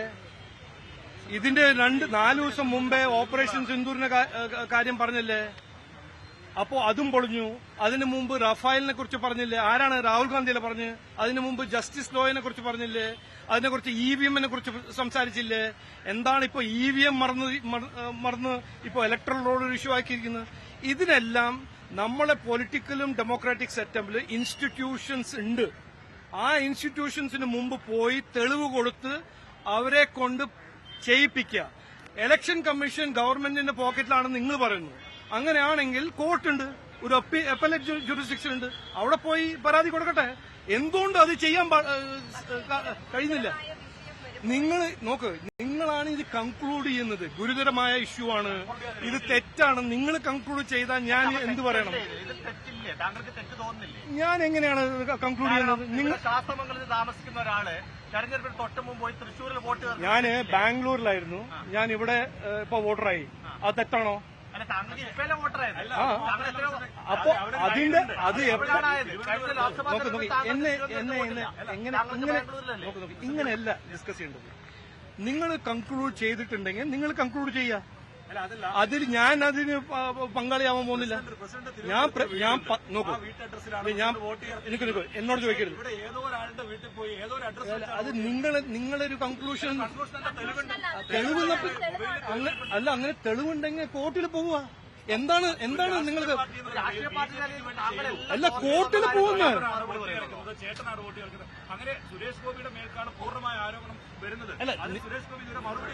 അല്ല, നിങ്ങൾ ഇത് തീരുമാനിച്ചാൽ നിങ്ങൾ തീരുമാനിച്ചോളൂ. അല്ല, നിങ്ങൾ കോർട്ടാണെങ്കിൽ പിന്നെ നമുക്ക് കോർട്ട് പൂട്ടി വെക്കാം. അല്ല ഞാൻ പറയട്ടെ, ഞാൻ ഒരു കാര്യം പറയട്ടെ. രാഷ്ട്രീയ നേതാവെന്ന് ആ ലെവലിൽ ഞാൻ ഡ്യൂ റെസ്പോൺസിബിലിറ്റി ഉള്ളതല്ല പറയേണ്ടത്. ഞാൻ പറയുന്നത് എന്താണ്, ഇത് ചെയ്യേണ്ടത്, ഇത് തീരുമാനിക്കേണ്ടത് കോർട്ടും ഇലക്ഷൻ കമ്മീഷനാണ്. അതിനേക്കാൾ കൂടുതൽ എന്താ ഞാൻ പറയേണ്ടത്? ജനങ്ങളോട് എന്താണ് പറയേണ്ടത്? ഇത് നിങ്ങളോടാണ് പറയുന്നത്. ഇങ്ങനെ ആരെങ്കിലും ഒരു തെറ്റ് ചെയ്ത് ഒരു ആരോപണം ഉണ്ടെങ്കിൽ നമ്മളെല്ലാം അത് കൺക്ലൂഡ് ചെയ്യേണ്ടത്. അതൊരു കോർട്ട് പ്രോസസ് ഉണ്ട്. ഇന്നസെന്റ് ടിൽ പ്രൂവൺ ഗിൽറ്റി എന്ന് പറഞ്ഞ കേട്ടിട്ടുണ്ടല്ലോ. അപ്പോ ഇന്നസെന്റ് ടിൽ പ്രൂവൺ ഗിൽറ്റിന്റെ അർത്ഥം ഒരു കോർട്ട് ആ പരാതി ഇൻവെസ്റ്റിഗേറ്റ് ചെയ്ത് അതിന്റെ എന്താണ് കറക്റ്റ്നെസ് അത് അവർ തീരുമാനിക്കും. അത് സുരേഷ് ഗോപിയോട് ചോദിക്കണം. അത് എന്നോട് ചോദിച്ചിട്ട് കാര്യമില്ല. അല്ല, 70,000 വോട്ട് കൊണ്ട് ജയിച്ച ഒരു സുരേഷ് ഗോപിയോട് 6 വോട്ടിനെ കുറിച്ച് നിങ്ങൾ ചോദിക്കുമ്പോൾ 6-5 വോട്ട് അല്ല 10 വോട്ടായിക്കോട്ടെ, 70,000 വോട്ടല്ലല്ലോ. 70,000 വോട്ട് കൂട്ടി നോക്ക്. ഇതല്ല ഞാൻ പറയുന്നില്ലേ, നിങ്ങളെ ഒരു ട്രാപ്പിൽ പെടുത്താണ് എന്റെ ഒരു അഭ്യർത്ഥന. 2 മാസം ഇനി ഇലക്ഷൻ ഉണ്ട്. 10 കൊല്ലം ഇവരൊന്നും ചെയ്തിട്ടില്ല. 1.5 കൊല്ലം കഴിഞ്ഞു ഇലക്ഷൻ കഴിഞ്ഞിട്ട്. ഇപ്പോഴാണ് ഇവർക്ക് ഒരു ഐ ഓപ്പണിങ്. ഇതുവരെ ഒന്നും ഈ ഇഷ്യൂ ആയിരുന്നില്ലേ? ഇലക്ഷൻ എപ്പോഴാണ് കഴിഞ്ഞു? May 24 I open. അല്ല, അത് നിങ്ങൾ പറയുന്നു. എന്തിനാണ് ഇപ്പോ അവർ ചെയ്യുന്നത്? അതൊന്നും മനസ്സിലാക്കണ്ടേ? അങ്ങനെ പറഞ്ഞു നിങ്ങൾ പറഞ്ഞു. എന്റെ ഭഗവാനെ, ഒന്നും പറയല്ലേ. ഞാൻ ഇതൊന്നും പറഞ്ഞില്ല. ഞാൻ പറഞ്ഞത് ഇങ്ങനെ ഒരു തെറ്റ് അവർ കണ്ടുപിടിച്ചിട്ടുണ്ടെങ്കിൽ, ഒരു ആരോപണം ഉണ്ടെങ്കിൽ നമ്മുടെ സെറ്റപ്പില് ഒരു കോർട്ട് പ്രോസസ് ഉണ്ട്. ഇന്നസെന്റ് ടിൽ പ്രൂവൺ ഗിൽറ്റി എന്ന് പറഞ്ഞ ഒരു കാര്യം നമ്മൾ മനസ്സിലാക്കണം. നിങ്ങളല്ല തീരുമാനിക്കേണ്ടത്. രാഹുൽ ഗാന്ധി കൃത്യമായിട്ട് എല്ലാം തീരുമാനിക്കേണ്ടത്. രാഹുൽ ഗാന്ധി ഇപ്പൊ ജയിലിൽ എന്താ ഇല്ലാത്ത? നാഷണൽ സ്കാം നമ്മൾ കേട്ടിട്ടില്ലേ? എന്തുകൊണ്ടാണ് പുള്ളിക്കാരൻ ജയിലിൽ ഇരിക്കാത്തത്? ഒരു കോർട്ട് പ്രോസസ് ഉണ്ട്. അത് ചോദിക്കൂ എന്ന് വിചാരിച്ചിട്ട് നിങ്ങൾ രാഹുൽ ഗാന്ധിക്കെതിരെ രാഹുൽ ഗാന്ധി അഴിമതി നടത്തി പറയുന്നു. അത് നിങ്ങൾ പറയൂ. അതല്ല നിങ്ങൾ എന്നിട്ടും രാഹുൽ ഗാന്ധി കോൺഗ്രസ് അതല്ല അതുവരെ ഞങ്ങൾ രാഹുൽ ഗാന്ധിക്കെതിരെ അഴിമതി ആരോപിക്കാതിരിക്കാം എന്ന് BJP പറയുന്നുണ്ടോ? ഞാൻ പറയുന്നുണ്ട് അഴിമതി ഞങ്ങൾ അക്യൂസ് ചെയ്യുന്നുണ്ട്. ഇല്ല, ഇത് വലിയ ഓവർ സ്മാർട്ട് നോക്ക്. കോടതിയിൽ ഒരു വിഷയം തീർപ്പാകുന്നതുവരെ താങ്കൾ എല്ലാ വിഷയത്തിലും പ്രതികരിക്കും. അതെ, അതുകൊണ്ടല്ല അപ്പോൾ ഈ ജയിലിൽ പോകാത്തത്. അത് വേറെ. താങ്കൾ ആരോപണം അല്ല, നിങ്ങൾ എന്താണ് പറയുന്നത്? രാഹുൽ ഗാന്ധി അതിന് മറുപടിയും പറയേണ്ടി വരുന്നില്ലേ? അതേപോലെ തന്നെ ഈ വിഷയത്തിലും നോക്കൂ. ഞാൻ പറയുന്നത് ആരോപണം രാഹുൽ ഗാന്ധി ഇന്ന് ആദ്യമായിട്ടല്ല പറയുന്നത്. ആരോപണം എത്രയോ കൊല്ലമായിട്ട് ചെയ്യുന്ന ആളാണ് രാഹുൽ ഗാന്ധി. അത് ഇന്ന് സത്യമായി നിങ്ങൾ പറയണ്ട. അത് കോർട്ട് തീരുമാനിച്ചോട്ടെ. ഞങ്ങൾ പറയുന്നു രാഹുൽ ഗാന്ധി ഒരു അഴിമതിന്റെ ഒരു മാസ്റ്റർ ഹീറോ ആണെന്ന്. അത് കോർട്ട് പറയും. അതാണ് ഞാൻ പറയുന്നത്. ആരോപണം വരുന്നുണ്ട്. പക്ഷേ ഇന്നലെ BJPയുടെ ക്യാമ്പ് ഓഫീസിന് മുന്നിൽ നടന്ന അക്രമ പ്രവർത്തനങ്ങൾ ആശയപരമായി നേരിടാതെ CPM പ്രവർത്തകർ BJP പ്രവർത്തകരെ വ്യാപകമായിട്ട് ആക്രമിക്കുന്ന സംഭവമൊക്കെ ഉണ്ടായി. അപ്പോൾ നോക്കൂ, ഇതെല്ലാം ഞാനിത് 1.5 മാസം മുമ്പേ പറഞ്ഞതാണ്. നിങ്ങൾ കേട്ടോ കേട്ടില്ലെന്ന് എനിക്കറിയില്ല. ഈ ഇലക്ഷൻ വരുന്ന ഈ ക്ലോസ് ആയി വരുമ്പോൾ ഇങ്ങനത്തെ നാടകങ്ങൾ ഇനിയും ഉണ്ടാവും. അവർക്ക് ഈ 10 കൊല്ലം എന്തു ചെയ്തു എന്ന് ജനങ്ങൾ ചോദിക്കുമ്പോൾ അതിനെ എങ്ങനെയെങ്കിലും ശ്രദ്ധ തിരിക്കാൻ അവർക്കൊരു ആഗ്രഹം. അത് അവരുടെ ഒരു പൊളിറ്റിക്കൽ തന്ത്രമാണ്, അവരുടെ ഒരു രീതിയാണ്. അപ്പോ സുരേഷ് ഗോപി 1.5 കൊല്ലം മുമ്പേ ഇലക്ഷൻ ജയിച്ചില്ല എന്ന് ലെഫ്റ്റ് പറയുന്നു. ഓക്കെ, പറയട്ടെ. പക്ഷേ ഞങ്ങൾ അതിൽ ആ ട്രാപ്പിൽ എന്തിനാ പെടുന്നു? ഇല്ല, അത് നിങ്ങൾ അങ്ങനെ വിചാരിച്ചാൽ മതി. എനിക്കങ്ങനെ ഞാൻ കഴിഞ്ഞില്ല. എല്ലാം നുണയൻ. ഞാൻ ക്ലാരിഫൈ ചെയ്യണമെന്ന് എനിക്ക് അങ്ങനെ ഒരു കടുമയൊന്നുമില്ല.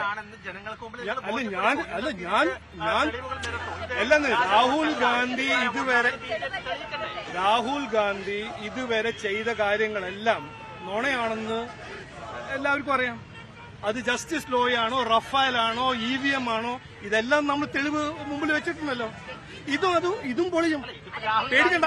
അല്ല, ഇന്നല്ലെങ്കിൽ നാളെ ഇതും പൊളിയും. അവിടെ മത്സരിച്ച സ്ഥാനാർത്ഥികളും അവിടുത്തെ പഴയ എംപിമാരും അല്ല, നോക്കൂ, അപ്പോൾ അതിൽ അവർ കൃത്യമായ ചില തെളിവുകൾ മുന്നോട്ട് വെക്കുമ്പോൾ അതിനെ കൗണ്ടർ ചെയ്യുന്ന ഡാറ്റയും തെളിവുകൾ എന്തുകൊണ്ട് ബിജെപിക്ക് മുന്നോട്ട് വെക്കാൻ പറ്റില്ല? അത് വെക്കേണ്ട സമയത്ത് അവർ ചെയ്യും.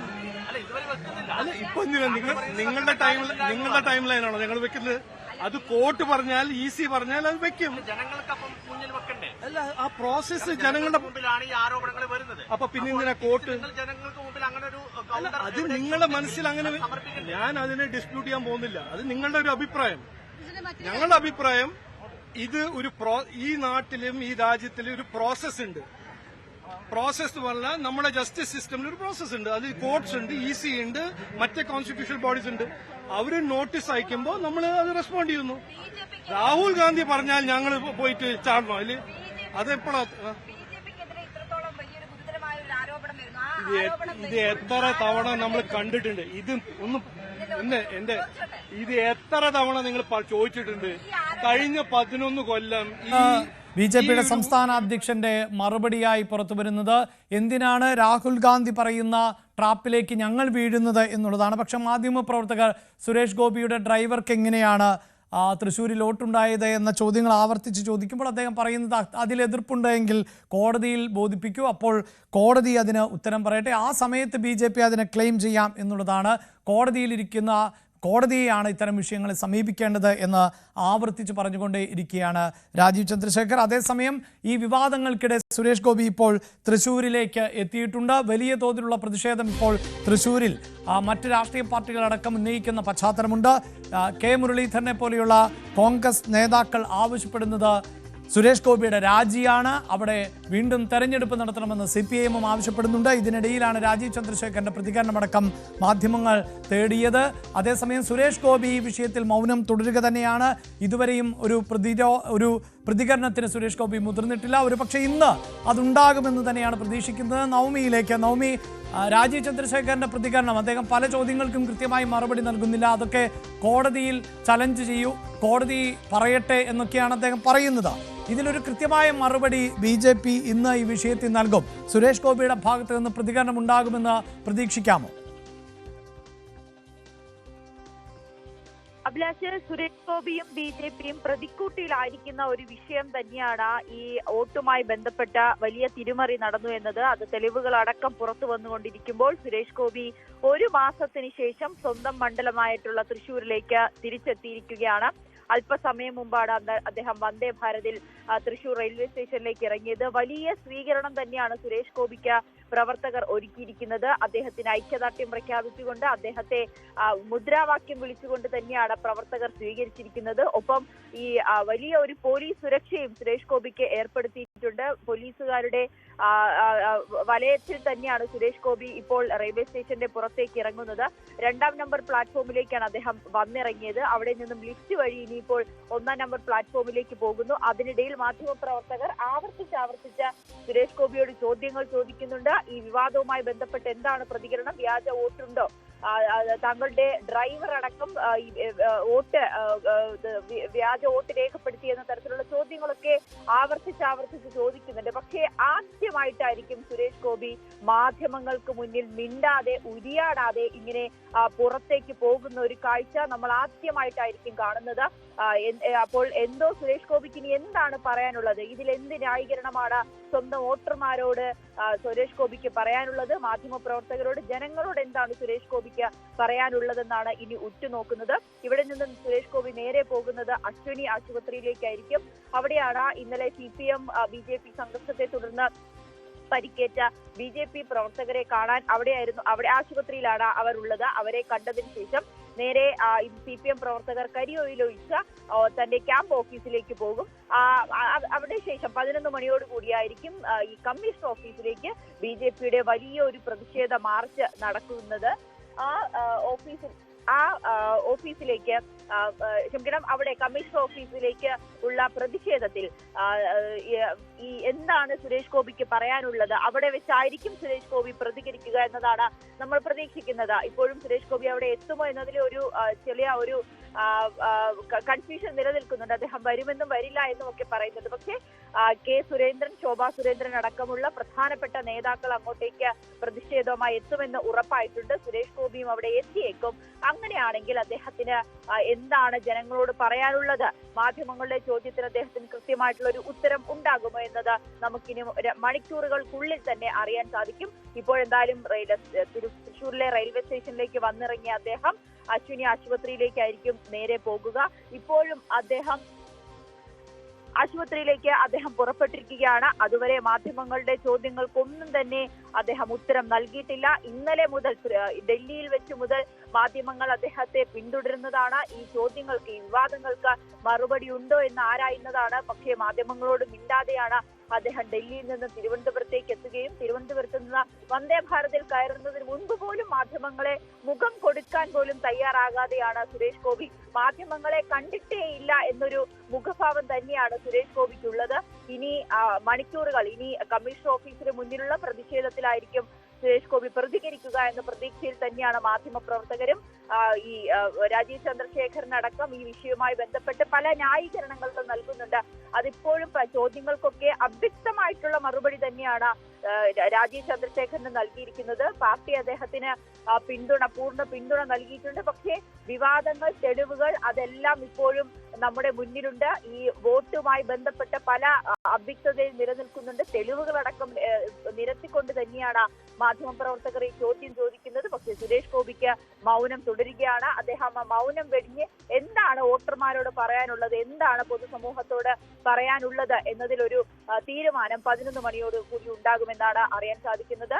പരമാവധി BJP പ്രവർത്തകരെ അണിനിരത്തിക്കൊണ്ട് വലിയൊരു പ്രതിഷേധം തന്നെയാണ് സുരേഷ് ഗോപിക്ക് വേണ്ടി BJP പ്രവർത്തകർ കമ്മീഷണർ ഓഫീസിലേക്ക് ഒരുക്കിയിരിക്കുന്നതെന്നാണ് നമുക്ക് മനസ്സിലാക്കുന്നത്. ഇന്നലെ അസാധാരണമായ പല സംഭവങ്ങളും വേദിയായി ആകുകയായിരുന്നു ഇന്നലെ തൃശൂർ നഗരം.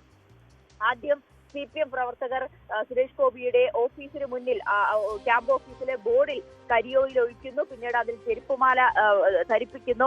ആ ഒരു CPM പ്രവർത്തകരെ പോലീസ് കസ്റ്റഡിയിലെടുത്ത് ജീപ്പിൽ കയറ്റുമ്പോൾ CPM പ്രവർത്തകർ തന്നെ ജീപ്പിൽ നിന്നും ബലം പ്രയോഗിച്ച് അദ്ദേഹത്തിനെ പുറത്തിറക്കിക്കൊണ്ടു പോകുന്നു. അതിനെതിരെ വലിയ പ്രതിഷേധം ഉണ്ടാകുകയും രാത്രിയോടുകൂടി അദ്ദേഹത്തെ വീണ്ടും കസ്റ്റഡിയിലെടുത്ത് അറസ്റ്റ് രേഖപ്പെടുത്തി ജാമ്യത്തിൽ വിട്ടയക്കുകയും ചെയ്തു. ഇതിന്റെ പോലീസ് പോലും CPMന് അനുകൂലമാകുന്ന നിലപാടാണ് സ്വീകരിക്കുന്നതെന്ന് പ്രതിഷേധിച്ചുകൊണ്ട് CPMന്റെ ഓഫീസിലേക്ക്, പാർട്ടി ഓഫീസിലേക്ക് BJP പ്രവർത്തകർ പ്രതിഷേധം നടത്തുന്നു. ആ ഓഫീസിന്റെ മുന്നിൽ വെച്ച് CPM പ്രവർത്തകരും BJP പ്രവർത്തകരും പരസ്പരം കല്ലേറ് നടത്തുന്ന സാഹചര്യത്തിലേക്ക് കടക്കുന്നുണ്ട്. പിന്നീട് പോലീസ് ലാത്തി വീശി വലിയൊരു സംഘർഷം തന്നെയായിരുന്നു ഇന്നലെ രാത്രിയിൽ CPM ഓഫീസിന് മുന്നിൽ നമ്മൾ കണ്ടത്.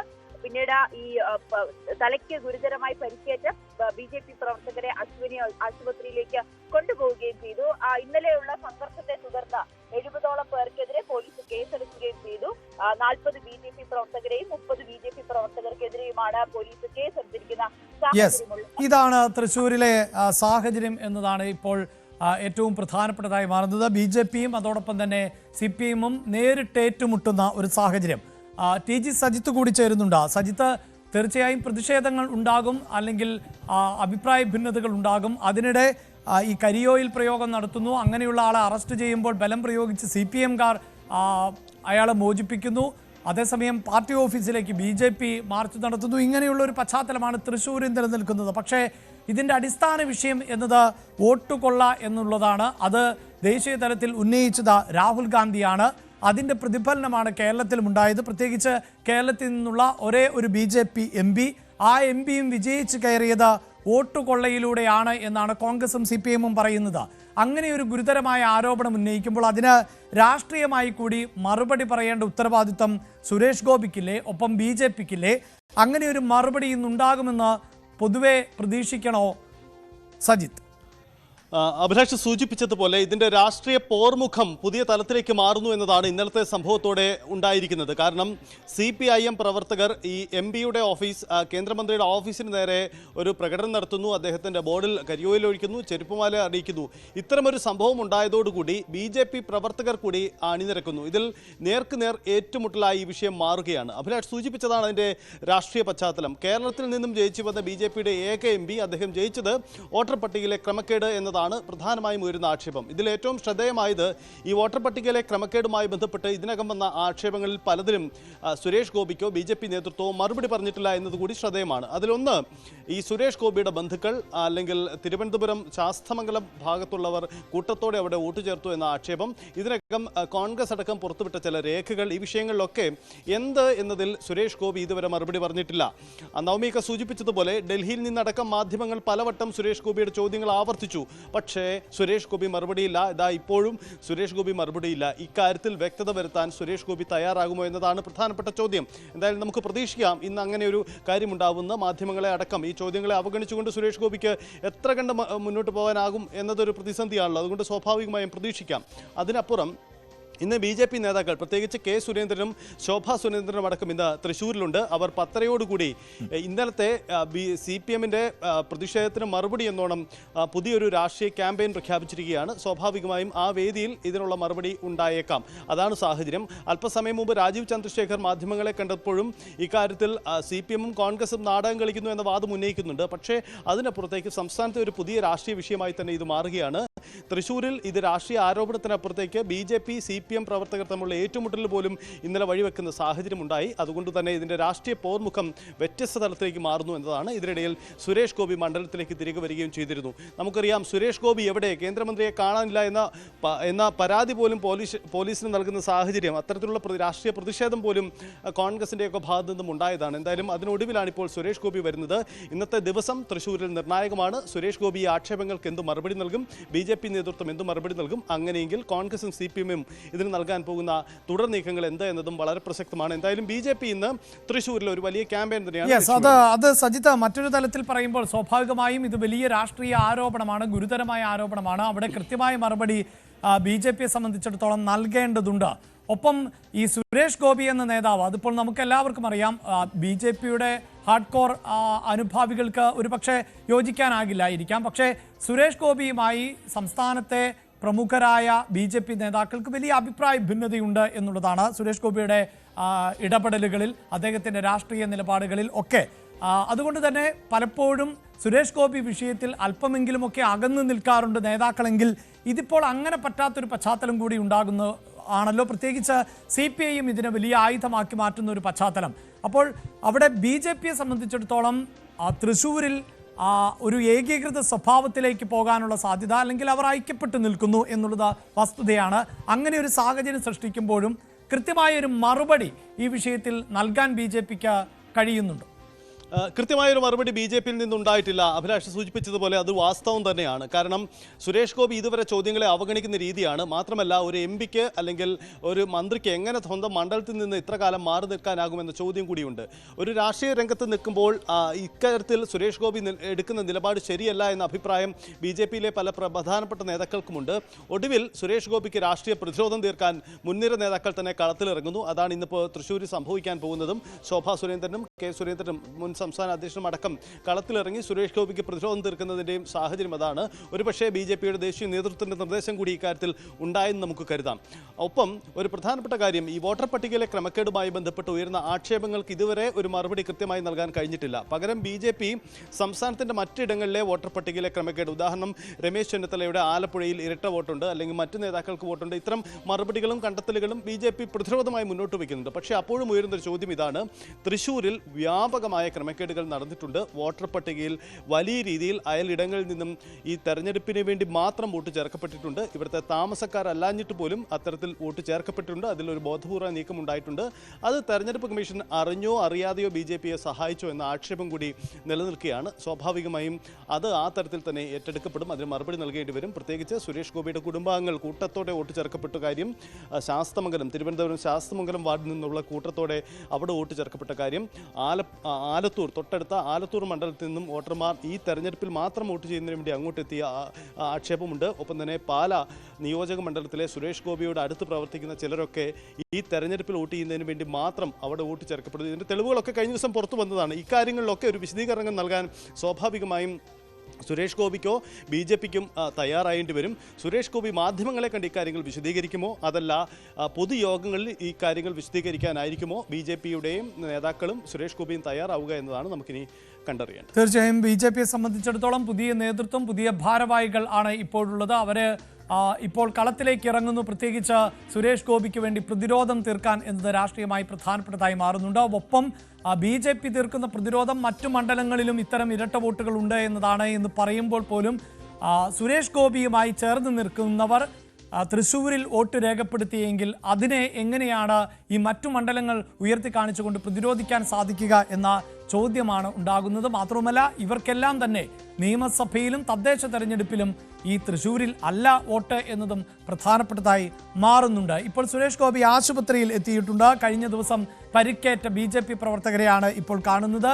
ഇതുവരെ മാധ്യമങ്ങളോട് ഈ വിഷയത്തിൽ ഒരു പ്രതികരണത്തിനും സുരേഷ് ഗോപി തയ്യാറായിട്ടില്ല. പ്രത്യേകിച്ച് റെയിൽവേ സ്റ്റേഷനിൽ ഇറങ്ങിയ സമയത്ത് മാധ്യമപ്രവർത്തകർ ചോദ്യങ്ങൾ ചോദിച്ചിരുന്നു. അതിനുശേഷം അദ്ദേഹം ആശുപത്രിയിലേക്ക് എത്തുമ്പോൾ മാധ്യമപ്രവർത്തകർ ചോദ്യങ്ങൾ ചോദിച്ചിരുന്നു. ഇതുവരെയും ചോദ്യങ്ങൾക്ക് മറുപടി നൽകിയിട്ടില്ല. ഒരുപക്ഷെ ഈ സന്ദർശനങ്ങൾക്ക് ശേഷം സുരേഷ് ഗോപി പ്രതികരിക്കുമോ എന്നതിലും വ്യക്തതയില്ല. നേരത്തെ സജിത്ത് സൂചിപ്പിച്ചതുപോലെ വലിയ പ്രതിഷേധ പരിപാടികൾ കൂടി BJP സംഘടിപ്പിക്കുന്നുണ്ട്.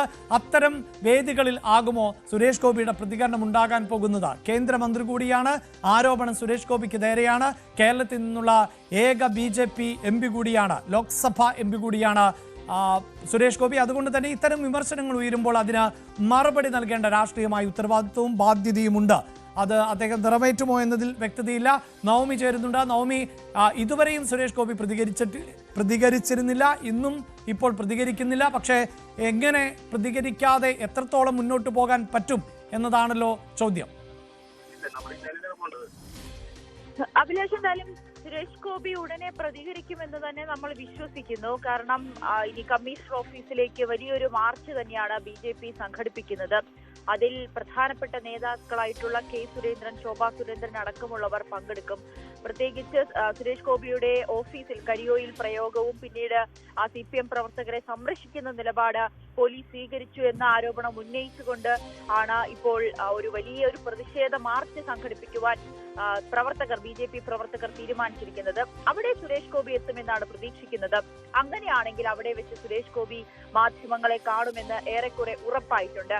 എന്താണ് അദ്ദേഹത്തിന് പറയാനുള്ളത്? ഇത്രയും നേരം മൗനം തുടർന്ന സുരേഷ് ഗോപി എന്ത് പറയാൻ വേണ്ടിയിട്ടായിരിക്കും ഇനി മാധ്യമങ്ങളെ കാണുക? അല്ലെങ്കിൽ ആ സ്ഥലത്ത് വെച്ച് എന്തായിരിക്കും ഇതിലൊരു വിശദീകരണം നൽകുക? ഗുരുതരമായിട്ടുള്ള ആരോപണങ്ങൾ തന്നെയാണ് സുരേഷ് ഗോപിക്കും കുടുംബത്തിനുമെതിരെ ഉന്നയിക്കുന്നത്. പ്രത്യേകിച്ച് വലിയ രീതിയിൽ ഭൂരിപക്ഷം നേടി സുരേഷ് ഗോപി ജയിച്ച മണ്ഡലത്തിൽ ഈ നേടിയെടുത്ത വോട്ടുകളെല്ലാം തന്നെ വ്യാജമാണോ, ഇരട്ട വോട്ടാണോ, ഇങ്ങനെ അട്ടിമറി കാണിച്ചുകൊണ്ട്, തിരിമറി കാണിച്ചുകൊണ്ട് തന്നെയാണോ സുരേഷ് ഗോപി ജയിച്ചത്? അങ്ങനെയാണെങ്കിൽ അത് വലിയ ഗുരുതരമായിട്ടുള്ള തെറ്റ് തന്നെയാണ്. അതിൽ ഏത് നടപടികളിലേക്കായിരിക്കും സുരേഷ് ഗോപി കടക്കുക? അല്ലെങ്കിൽ അതിലൊക്കെ എന്ത് ന്യായീകരണമായിരിക്കും സുരേഷ് ഗോപി പറയുക എന്നതാണ് ഇനി നമ്മൾ ഉറ്റുനോക്കുന്നത്. കഴിഞ്ഞ 2 ദിവസമായി തന്നെ സുരേഷ് ഗോപിയെ പ്രതികരണത്തിന് വേണ്ടി തേടുന്നുണ്ട്. പക്ഷെ അദ്ദേഹം മാധ്യമങ്ങൾക്ക് മുന്നിൽ മൗനമായി തന്നെ തുടരുകയാണ്. മാധ്യമങ്ങൾക്ക് മുഖം കൊടുക്കാൻ പോലും തയ്യാറാകുന്നില്ല. ഇപ്പോൾ അശ്വിനി ആശുപത്രിയിലെത്തി പരിക്കേറ്റ തന്റെ പ്രവർത്തകരെ കാണുന്നതിന് വേണ്ടി അദ്ദേഹം എത്തുമ്പോഴും മാധ്യമങ്ങളോടെ മുഖം തിരിക്കുകയോ അല്ലെങ്കിൽ മാധ്യമങ്ങളോട് സംസാരിക്കുകയോ ഒന്നും തന്നെ അദ്ദേഹം ചെയ്യുന്നില്ല എന്നുള്ളതാണ് ഏറ്റവും പ്രധാനപ്പെട്ട കാര്യം. അതിനൊക്കെ മറുപടി, അല്ലെങ്കിൽ നമ്മൾ കാത്തിരിക്കുന്ന അദ്ദേഹത്തിന്റെ മറുപടി കമ്മീഷണർ ഓഫീസിന് മുന്നിൽ വെച്ച് തന്നെ ലഭിക്കും എന്നാണ് പ്രതീക്ഷിക്കുന്നത്. അവിടെ വലിയ ഒരു പ്രതിരോധം തന്നെയാണ് BJP പ്രവർത്തകർ, BJP നേതാക്കൾ സുരേഷ് ഗോപിക്ക് വേണ്ടി ഒരുക്കിയിരിക്കുന്നത്. അദ്ദേഹത്തിനെ സംരക്ഷിക്കുന്ന ഇതിനൊക്കെ ഈ ആരോപണങ്ങളെല്ലാം തന്നെ വ്യാജമാണെന്ന് ആവർത്തിച്ച് പറയുകയാണ് BJP പ്രവർത്തകർ, BJP നേതാക്കൾ. പക്ഷെ എത്രത്തോളം സുരേഷ് ഗോപിയെ സംരക്ഷിക്കാൻ ഇവർക്ക് കഴിയും? കാരണം തെരഞ്ഞെടുപ്പ് കമ്മീഷനെ അടക്കം പരാതിയുമായി CPM-ഉം കോൺഗ്രസും ഒക്കെ മുന്നോട്ട് വന്നിരിക്കുന്നു. കോൺഗ്രസ് പ്രവർത്തകർ പോലീസിനടക്കം പരാതി നൽകിയിരിക്കുന്ന സാഹചര്യം, പോലീസ് ഇതിൽ കേസെടുക്കാൻ കഴിയുമോ എന്ന നിയമോപദേശം തേടുന്ന സാഹചര്യമൊക്കെ മുന്നിൽ നിൽക്കുമ്പോൾ എത്രമാത്രം ഇതിൽ നിന്നും ഒളിച്ചോടാനും മൗനം തുടരുവാനും സുരേഷ് ഗോപിക്ക് കഴിയും എന്നതാണ് ഏറ്റവും പ്രധാനപ്പെട്ട കാര്യം. എന്തായാലും സുരേഷ് ഗോപി തൃശ്ശൂരിലേക്ക് തിരിച്ചെത്തിയിരിക്കുകയാണ്. അശ്വിനി ആശുപത്രി സന്ദർശിച്ച ശേഷം അല്പസമയത്തിനുള്ളിൽ തന്നെ അദ്ദേഹത്തിന്റെ ക്യാമ്പ് ഓഫീസിലേക്ക് പുറപ്പെടും. അവിടെയാണ് കരിയോയിൽ പ്രയോഗവും ഇന്നലെ വലിയ സംഘർഷവും ഒക്കെ ഉണ്ടായത്. അവിടെ സന്ദർശിച്ച ശേഷമായിരിക്കും കമ്മീഷൻ ഓഫീസിലെ മാർച്ചിൽ അദ്ദേഹം പങ്കെടുക്കുക. അവിടെ വെച്ചാണ് നമ്മൾ സുരേഷ് ഗോപിയുടെ പ്രതികരണം പ്രതീക്ഷിക്കുന്നത്. യെസ്, സുരേഷ് ഗോപിയുടെ പ്രതികരണം എന്താ എന്നത് കാതോർക്കുകയാണ് രാഷ്ട്രീയ കേരളം. പ്രത്യേകിച്ച് അതിഗുരുതരമായ ആരോപണങ്ങൾ ആണ് ഉയരുന്നത്. തൃശ്ശൂരിൽ നിന്ന് വിജയിച്ചു കയറിയത് വോട്ട് കൊള്ളയിലൂടെയാണ് എന്ന് പറയുമ്പോൾ അതിന് മറുപടിയുണ്ടോ സുരേഷ് ഗോപിക്ക് എന്നതാണ് പ്രധാനം. വരും മണിക്കൂറുകളിൽ നമുക്കത് പ്രതീക്ഷിക്കാം. ഇനി ഇടവേളയാണ്. ഇടവേളയ്ക്ക് ശേഷം ന്യൂസ് ട്രെൻഡ്സ്. നമസ്കാരം.